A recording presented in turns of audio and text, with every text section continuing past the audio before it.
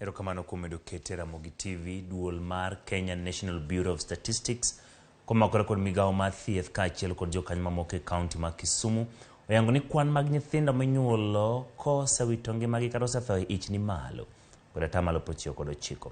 Ka mathoth e buo higni 5 nitie atamalo 41, ka midhiero mag gikoni koro nyaka mane yore motegno mag kedogo. Millicent Odhiambo miyowa ler mathoth. Romono motis ni the 7th Demographic and Health Survey mano chak tim e higa 2022 en mano mar nono kendo yango kwan makare mag midhiero mathiro dak makare mag oganda. Mae itimo kotenore kod weche ler kod thieth makare mondo manyo kenge mag kedo kod midhiero makamago kaka yorno mar reso ngima oganda. Kane giloso kod Ramogi TV, kotelnegi kod jatatije mag weche ler e alwora ma Kisumu, Laktar Fredrick Oluoch, oyango ni nonro golo ni nyithindo ma inyuolo ka osetho oidho nyaka atamalo 99, ma en kwan mamalo ahinya, machuno nyaka koro gikaw okang' mapiyo mar thiro. We have seen access to skilled births very high at 99%. I think immunization is slightly at 79%.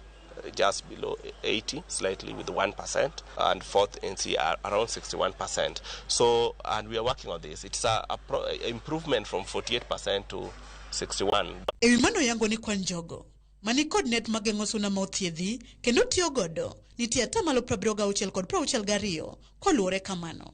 Gino ma okoni bang' pogo nede dwe mar achiel higa manyien, to kwan jogo mageng'o tuo mar malaria katiyo kod nede suna mothiedhi dhi medore nyaka atamalo 100. Ownership of nets is at insecticide-treated mosquito nets is at 76%, and utilization is at 62%. Right now we are in preparation to do again mass net distribution in January, so that will automatically increase the ownership to almost 200.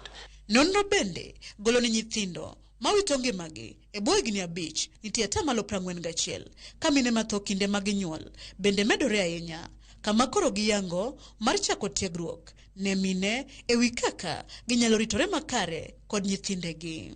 Child mortalities under 5s was at 41 in 1,000 live births, so that's like 4 in 100. What we are actually looking at is now to look at the different causes. We want to look at the root causes, and then we sort it from there. We find that people living in Kisumu, most of our women at the first ANC, our HB or the blood level is low. So that is our first the risk factor. We have sensitized our CHPs to be in the lookout that any woman who delivers must be followed up. Omedo nigi keto kenge mopogore mag kedo gi midhiero gi. So we are trying to do proper health education, create awareness, so that this is the trend is we change and get good outcome in terms of indicators. Our first objective in the strategic plan is to eliminate any communicable diseases, and you find that the under 5 mortality we are talking about, the main cause is pneumonia, which is a communicable disease. The only way to reduce the communicable diseases is to increase on your immunizations and encourage our women also to continue with their education, because these ones goes hand in hand with some of the health indicators which we have reported in this report. Kopogore kod mago, nonro bende oyango ni oganda pod odak marach ahinya kaluwore ni atamalo 5 pod losore e bunge,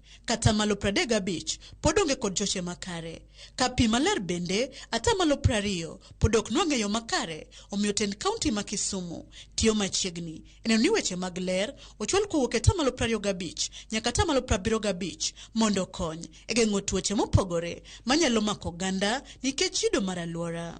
Millicent Odhiambo, Ramogi TV, Kisumu County.